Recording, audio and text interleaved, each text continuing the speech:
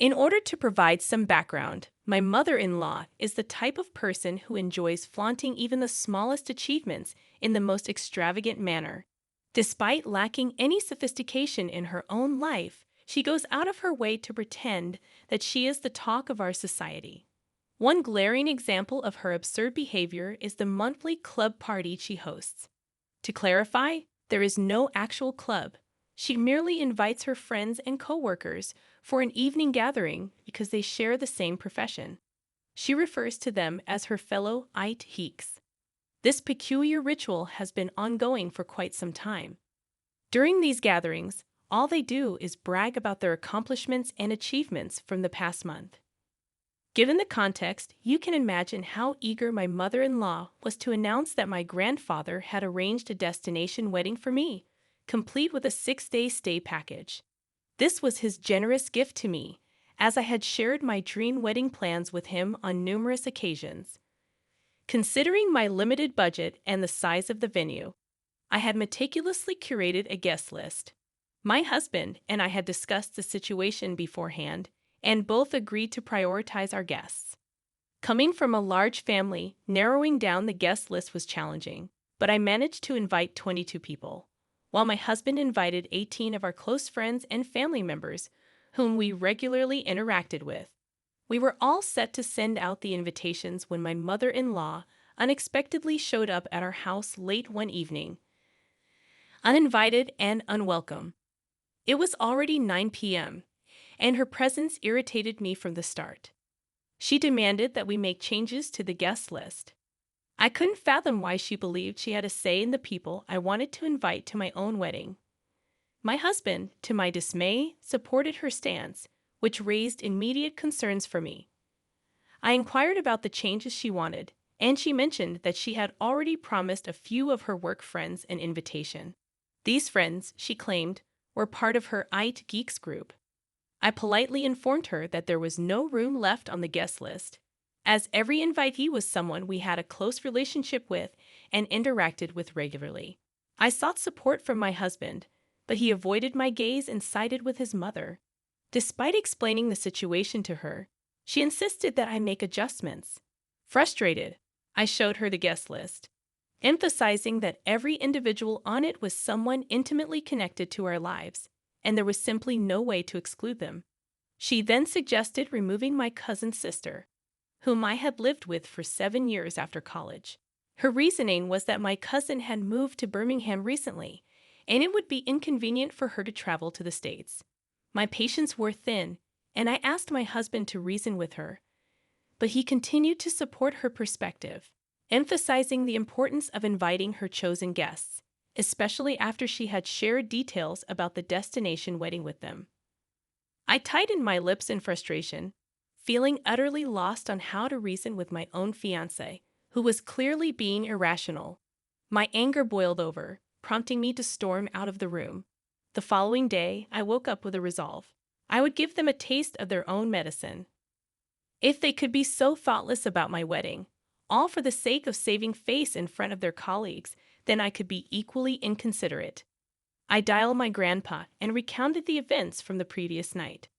When I finished explaining, I made it clear that I wouldn't waste my energy trying to make them see reason. Instead, I decided to strip away the main attraction from their little charade. I informed my grandpa, whom I love dearly, that I was removing him and grandma from the guest list, along with my dad's brother and his family. I also asked him to resign the gift he was giving me since he was no longer invited.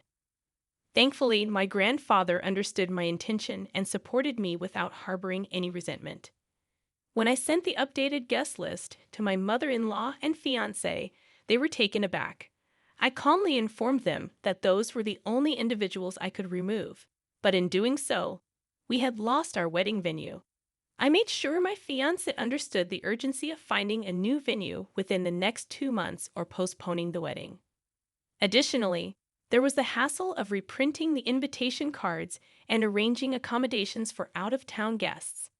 I wanted both of them to grasp that none of this predicament would have arisen if it weren't for the generosity of someone in my family who had funded half of our wedding. However, I didn't expect them to suddenly start apologizing for their actions. My mother-in-law came over again, expressing remorse for coercing me into altering the guest list. She implored me to call my grandpa and invite him back, asking him not to cancel the hotel reservation or make any changes. I couldn't help but wonder why she was apologizing now, after she had already achieved what she wanted. She had made a commitment to her colleagues, and now they were receiving invitations. This weighed heavily on her, and she vocalized her frustration, noting that inviting them wouldn't make sense unless the wedding was at a destination. She emphasized that a non-destination wedding would be ordinary and uninteresting to others. Upon hearing her express these thoughts, my husband finally admitted that he regretted supporting her decision. However, I wasn't ready to let his actions off the hook so easily. I reminded him that he shouldn't need extreme measures for him to support me in obvious situations. Although he apologized once again, I made it clear that my decision was final. It was a done deal, and even if I were to reinvite my grandpa, we wouldn't get back his incredibly generous gift. Was I being an angel for standing my ground? I recognized that, ultimately, the wedding was mine, and I should focus on myself.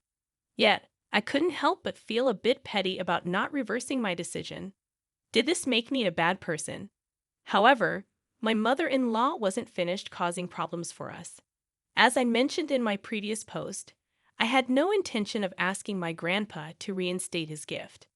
This decision visibly upset my mother-in-law to the point where she began a habit of calling my fiancé every other day. She portrayed me as an ungrateful troublemaker seeking revenge. While, yes, I had taken certain actions that made me feel good, her labeling me ungrateful when she was responsible for this situation felt like too much. But it didn't end there. She went a step further, advising my fiancé to reconsider his life decisions, insinuating that what I had done was just the beginning and that his life would be this way if he married me. During one of these conversations, my fiancé was speaking on speakerphone, and I'd overheard these hurtful words. I was grateful for this transparency because I knew that my fiancé typically concealed anything that could potentially create discord in our relationship. He did tell his mother that she had crossed the line, but he didn't confront her more assertively. It's his relationship with his mother, and I understand that I can't ask him to sever ties with her just because she dislikes me. However, I am aware that if her interference continues, I might reach a breaking point, as I can't imagine enduring this for the rest of my life. Today, I had a heart-to-heart with my grandpa, sharing the news about the new wedding venue we had secured. While it didn't align with the vision I cherished my whole life, it was still a beautiful place, and I found happiness in it. I reassured him that he was invited again, and his laughter warmed my heart. My gratitude and love for him overwhelmed me. He had consistently supported me in everything I did, and he continued to do so now. Confronting my husband about my mother-in-law's escalating behavior became necessary. Our conversation delved into the awkwardness certain situations had created and the pain they had caused. In the end, my husband promised to address the issue with his mother and clarify her role in our lives. I hoped for a smooth journey forward, devoid of any more drama. Finally, the wedding day arrived, and I am now officially married. Despite the unexpected turns, the wedding was a thing of beauty, and my happiness knew no bounds. I couldn't help but smile when I noticed my mother-in-law sulking in a corner with her work friends, whom she had invited. In a surprising turn of events, my grandpa gifted us a house as a wedding present, a joint gesture from him and my uncles. In the grand scheme of things, I am just thrilled to embark on this new chapter of my life with my husband.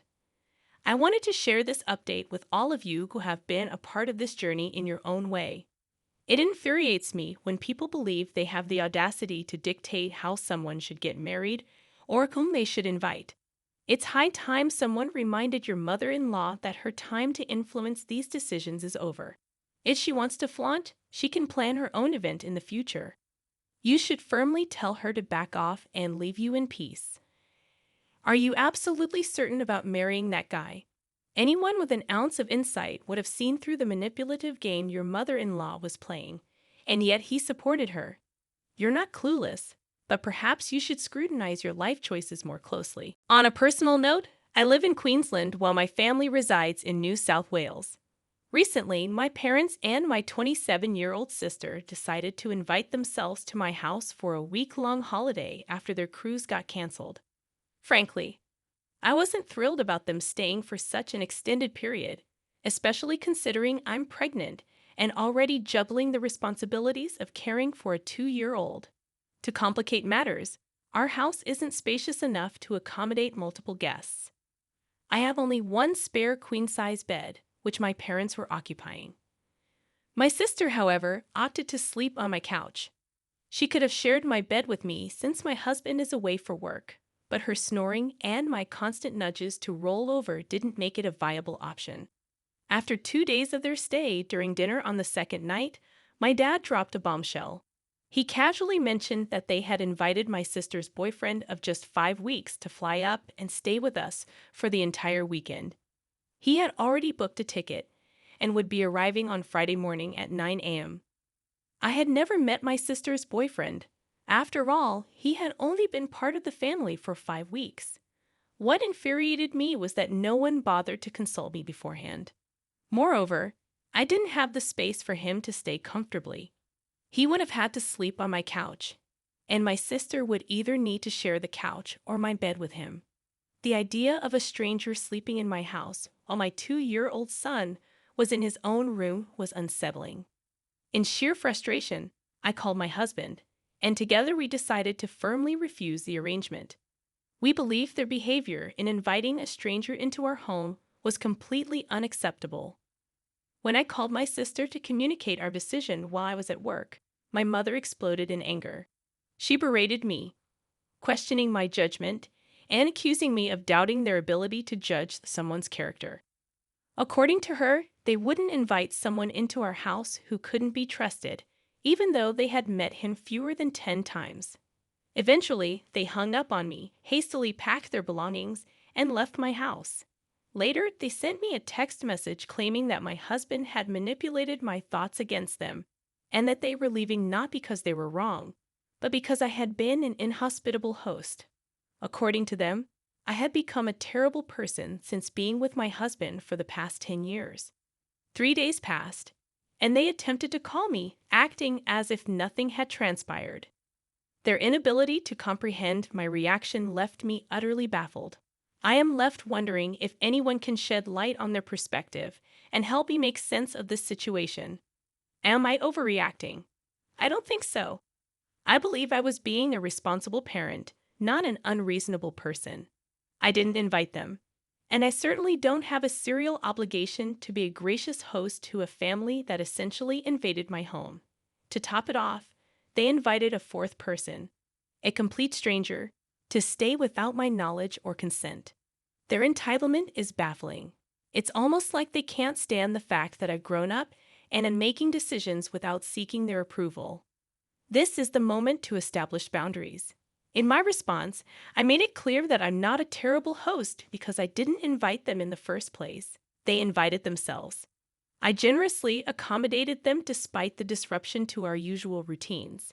However, inviting another person into my home without my consent was completely unacceptable.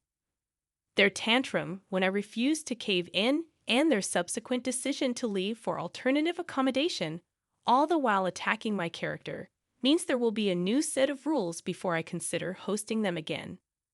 I won't be going to hang out with them after the immature behavior they displayed in my house. I've had enough of their inappropriate actions for now, and I've decided to limit my contact with them until I feel I can face them again. They crossed a line by inviting someone I've never met into my home without my approval. They didn't ask, they simply informed me that it was happening. The fact that they mentioned my seemingly good mood indicates they were aware it wasn't a good idea. They assumed I would be a pushover and allow it.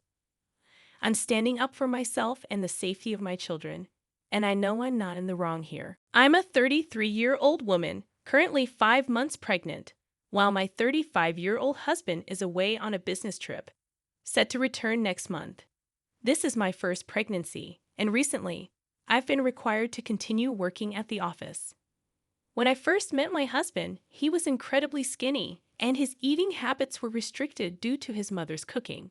She avoided spices, sauces, herbs, and even salt, sugar, and pepper, believing this bland approach was healthier.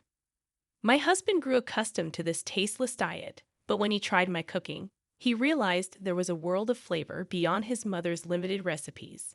One Wednesday, I indulged my curry craving and made a large batch. While I usually had pre-prepared meals in the freezer, this time, I gave in to the temptation. I left the extra portions in the fridge. On that day, my in-laws unexpectedly visited, having a spare key in case of emergencies. When I returned home, ready to enjoy my curry, I found it replaced by a dish made by my mother-in-law, who had thrown my meal away, claiming it tasted spoiled. Unable to stomach her cooking in my pregnant state, I discreetly gave the unwanted food to a homeless person. However, someone witnessed my act of kindness and informed my in-laws. Suddenly, I found myself bombarded with accusatory messages, even from my mother-in-law. My husband supported me, but now I'm questioning if I overreacted. Honestly, OP, it seems like your in-laws are trying to control your life. Their invasion of your home, even when you're not there, is a huge red flag. And while the focus seems to be on your mother-in-law throwing away your food, the real issue here is the lack of boundaries. Setting firm limits with your in-laws is essential before your child is born. Consider changing the locks and installing security cameras to maintain your privacy and peace of mind. Remember, your home is your space, and you deserve to feel safe and respected within it.